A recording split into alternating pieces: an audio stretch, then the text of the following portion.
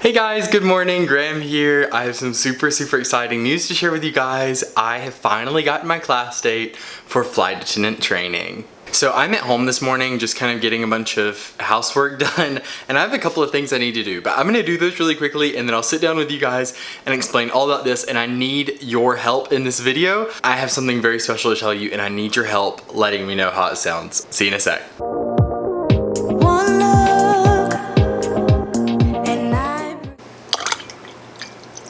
Alright everyone, so I have sit down, I have my coffee, I'm ready to tell you guys all about getting my class date, and I'm in my kitchen. I know this is like a weird spot to film a video, but this is just one of those where like I have things to do today and I just have to make time for this. So yeah, without further ado, I officially have my class date to start training with my airline. So I actually got my class date about maybe 2 or 3 weeks ago, but I haven't shared this with you guys because a lot of things have kind of been changing and there's been a little bit that's kind of going on there, and I just wanted to make sure that I actually have a class date before I go sharing the information. But now I feel pretty confident to say that I do have a class date. So for those of you who are applying to become a flight attendant, just like a brief sum up of the process. Once you get your CJO or CTO, depending on the airline, your conditional job offer, conditional training offer, you will be put through sort of like an HR process that will get you ready to get a class date. So I got CJOs with 2 major US airlines. One of them had us do a lot of this processing like at the very beginning,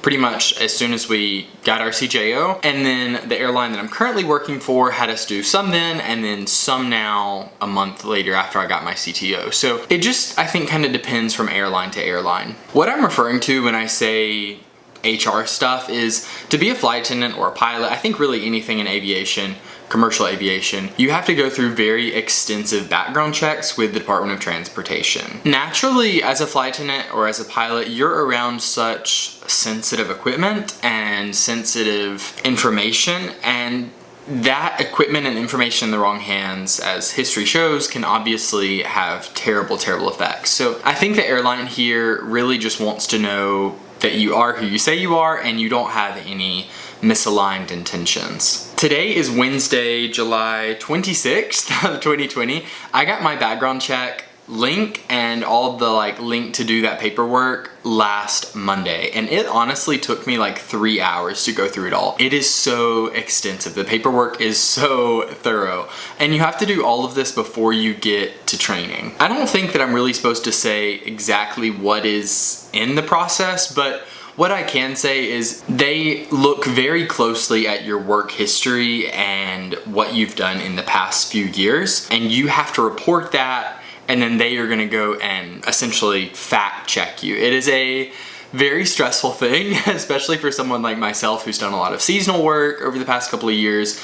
You have to be very tedious. I had to pull out agendas literally from like 3 years ago. I mean, I was going back through my phone calendar a couple of years back trying to find what I was doing a couple of years ago, what jobs I was doing, when I started, when I stopped, all that. So it is very thorough, but I think the big thing is just to be honest. Of course, I think if you get something wrong, they're probably not gonna rescind your job offer. I think what they'll probably do is just have to delay it because you're gonna have to go back and correct that information. But again, I don't think it's the biggest deal in the world if you get something wrong. I just really tried to have it all right, and I think I did pretty good on it, but we'll see. So what I was saying earlier about not being so sure about my class date. So as of now, my class date is August the 28th of 2023.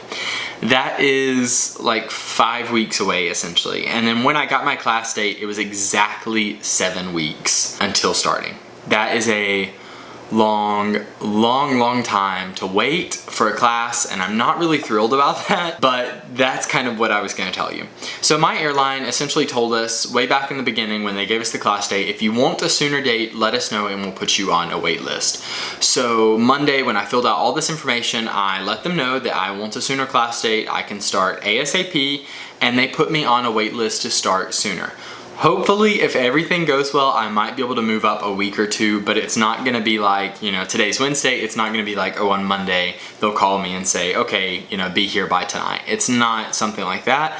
I think it would probably be maybe a week, maybe 2 weeks sooner, but probably a week if I get anything at all. One of my friends asked me this week, why would I want a sooner class date? And the honest answer to that is, seniority. In the airline industry, seniority is everything, and my airline is hiring so many people right now, and I know 1 week seniority doesn't sound like a big difference, but when you consider how many people I would be ahead of in seniority just from 1 or 2 weeks difference, it sounds a lot different, guys. Trust me, it sounds a lot different. So I want to get on it as soon as possible. I don't want to delay. I want to have it done ASAP so I can go ahead and start building my seniority and work towards getting a higher position in the airline. So as of right now, I am preparing myself to go to flight attendant training. There's a lot of things that we have to do, and one of the biggest ways that we have to prepare is our uniforms.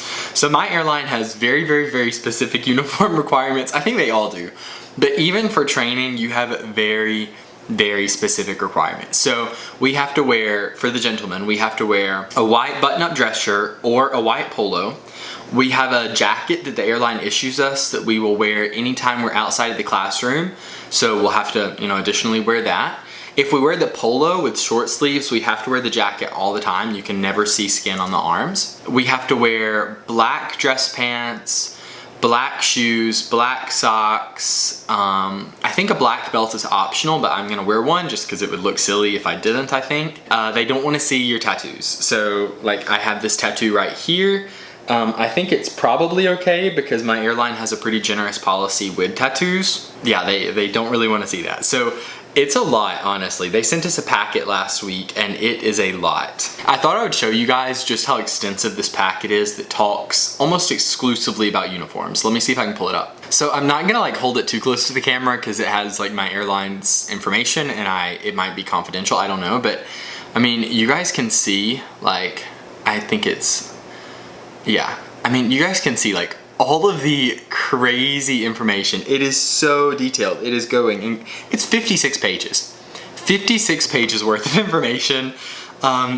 Needless to say, it's a little stressful, but they sent us that last week, and I think that has pretty much everything we need to know about the uniforms for training, and also once we're on the line as flight attendants. Another way that I've been getting ready is my languages. So I am going to apply to be a language qualified flight attendant, and I'm gonna apply for Spanish and Italian. If you guys have watched my channel, you obviously know that I'm a fluent Spanish speaker, pretty much native level. I don't have any problem with Spanish. Italian, I spoke all last summer when I was an au pair in Italy. I got really good at Italian, like it came really quickly to me, and I think I can pass the test, but I have been studying a lot for it and I need your help to let me know how it sounds. So let's go up to my, my bedroom, and I'm gonna read some things for you guys and show you kind of how I've been preparing for that Italian language exam. Let's go. Okay, so I went up to my room and it's kind of a disaster, so I just decided to bring my things back down here and show you guys here. But I've been getting ready for this Italian exam and I really have no idea what's on these language exams, so I'm probably over preparing myself, but I've been working on a lot of things. If you want to take a language exam, you totally should do it, but I'll be honest, it's a little added stress. I've been doing a lot of note cards, like with airplane vocab, so like this one, l'armadietto, which is the overhead bin. You know, just like basic stuff like that. La cintura di sicurezza, the safety belt, the seat belt. You know, just like things like that that I've really been going over, thinking that that might be something they quiz us on. And then also I have typed up pretty much an entire PA in Italian. Like it's like 4 pages long. I don't think I need to memorize this, obviously, but I think it would help. And then what I've done, I don't know if this will focus. I'm gonna try to get it to focus. Let's see. So I've just like highlighted the parts in here that I don't know, but I've just like highlighted a lot of the words I'm not familiar with, like percorso segnaletica contrassegnato, which is the like a lighted pathway, you know, something like that. But yeah, I've just been practicing this. So I'm gonna read sort of the intro, and I need you guys to tell me how I do. Let me know in the comments. Here we go. Signore e signori, benvenuti a bordo di questo volo. I just said my airline name. Let's try that again. Signore e signori, benvenuto a bordo di questo volo, whatever airline. Vi preghiamo di prestare la massima attenzione mentre vi indichiamo alcune misure e dotazioni di sicurezza a bordo di questo aereo, Boeing, whatever our airplane is, etc, etc. So, I mean, you guys get the idea. I've just kind of been going over that, working on my accent, and working on a lot of airplane words, but honestly, I have no idea if it's even gonna be useful. And the last thing that I'm doing is going through this massive book that I got at Barnes & Noble. I've used one of these for Spanish in the past and it was very, very helpful. These things have like everything in it. So I've just kind of like highlighted the sections that I think would be good to work on.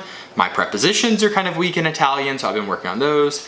And then like service words. This whole chapter is about like food, service, drinks.